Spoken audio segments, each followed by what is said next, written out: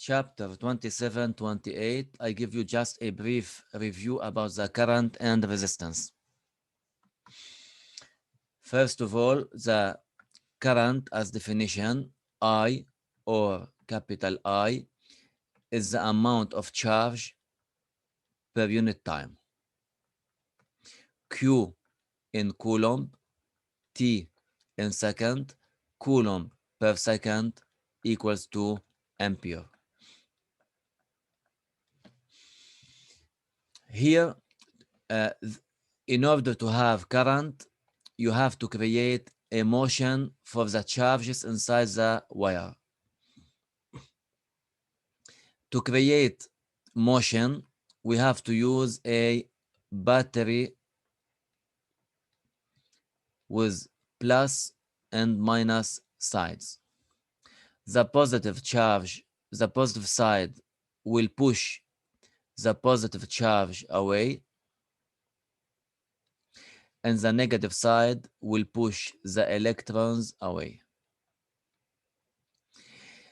The positive direction of the current takes the direction of the positive charge. Okay, so this one is the positive direction of the current in the wire, and the opposite will be negative.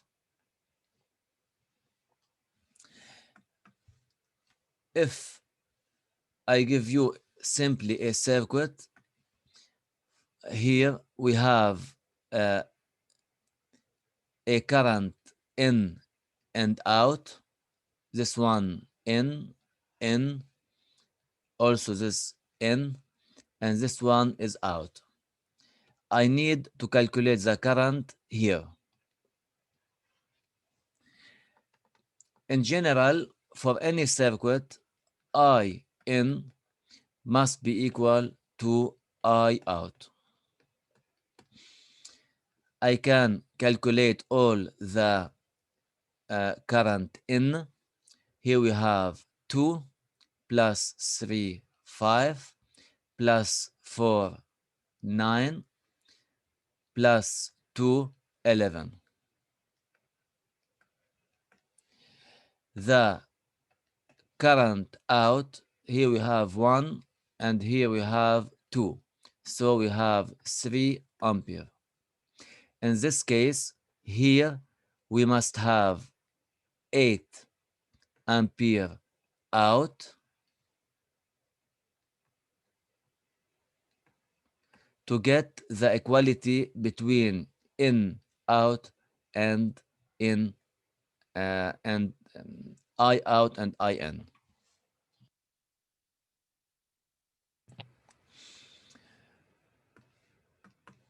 I have another method to find the current. For each junction, I in must be equal to I out. For example, here at this one, I in equals to 2 plus 3 equals to 5. So here we have 5 in, we must have 5 out. Okay, we come here at this junction. Up we have 2, and 1 we have 3 ampere. So up we have 3 ampere, and down must be equal to 2 ampere to get a summation 5. Here we have 5 in, and we must have 5 out. 3 goes to up and 2 goes to down. Here at this node, we have 2 plus 4, we have 6 ampere in. We must have 6 ampere out. At this node, we have 6 plus 2, we have 8 ampere in. So we must have 8 ampere out. So we have 8 ampere at this branch.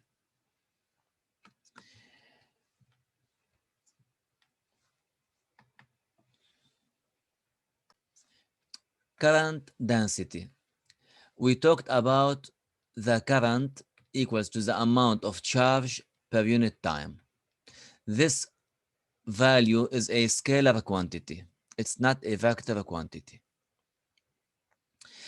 Current density, J, is a vector quantity which is equal to the current I divided by the unit area, A. So the unit must be in ampere per meter square. So I can give you the relation between the current and the current density. dI equals to G dA. So we can integrate the total value. Here we get the current equals to the integral of the current density dot dA. Let's say we have a big area A here. After we have a small area A. So in this zone, in this region, we have small current density. Why? When I is big, J must be small. So here we have small current density. At this side, when A is small, we get a high current density. So here we have small current density, and here we have high current density.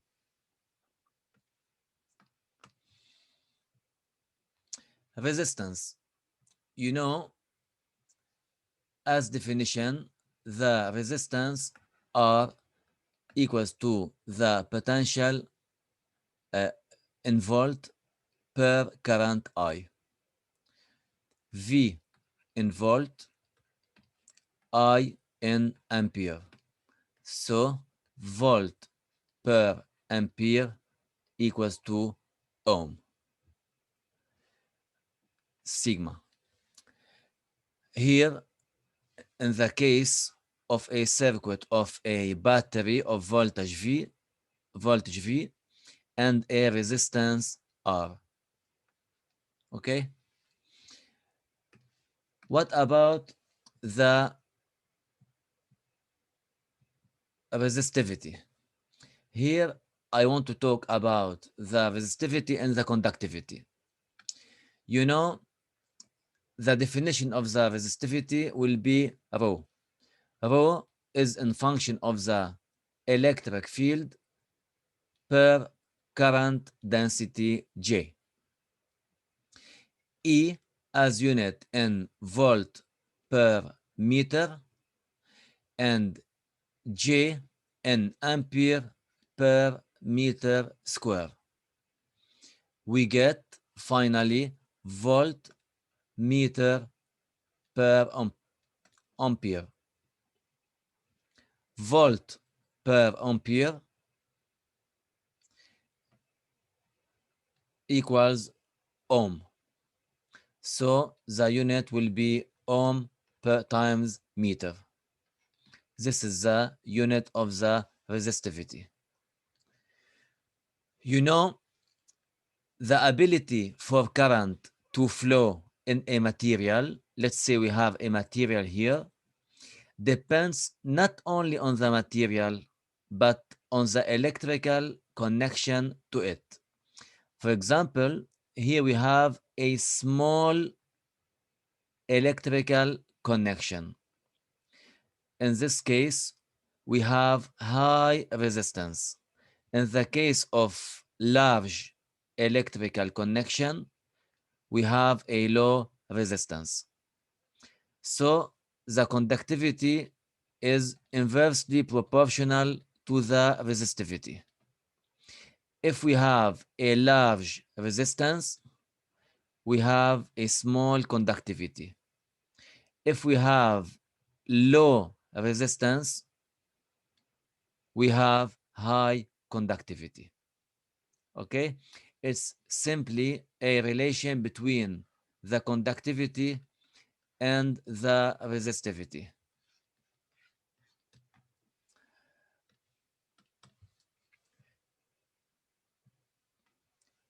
You know, here we have a material with a difference of potential V with a length L, and we have a current I inside. The object has an area, a cross section A.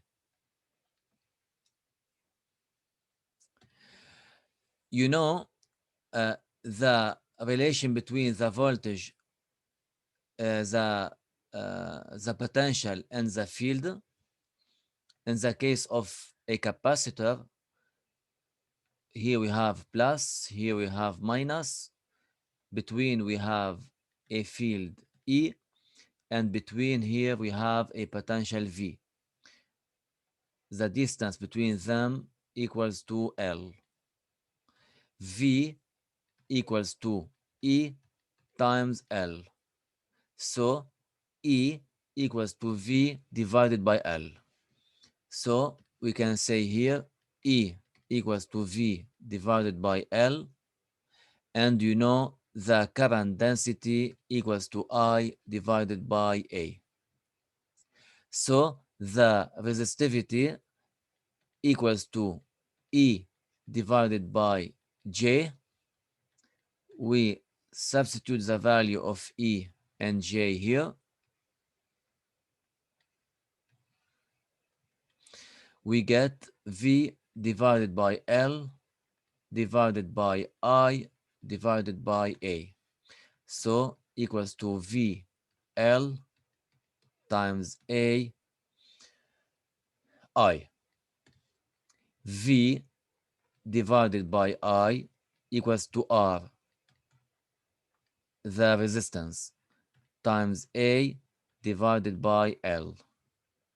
So here we get a simple relation between rho equals to R A divided by L. And you know, we can write R equals to rho L divided by A.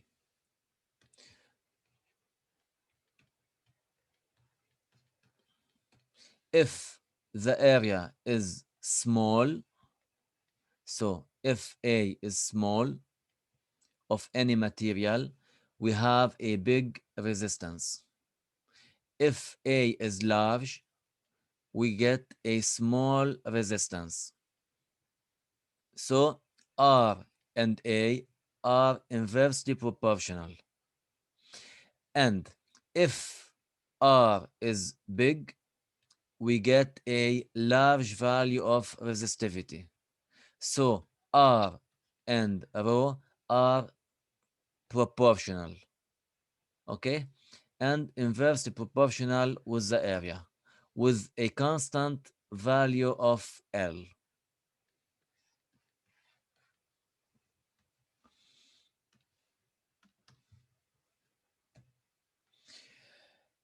What about the electric power? In general, the power is measured in watt. The power is the energy per unit time. You know, we have a simple relation between delta U, the energy, with dq and the potential V. We can substitute the value of delta U here. We get P equals to dq times V divided by dt. You know, dq divided by dt is the current I. So P equals to I times V. The unit here, as you see, I, let's see, V in volt and I in ampere. So here we have a unit we have a unit ampere times volt, okay, as unit. Okay, in the case of a resistor, you know V equals to R times I. So P equals to I times V equals to I times R times I. We get R I square. This is P in terms of R and I. And also, you know, here we have P equals to I square times R.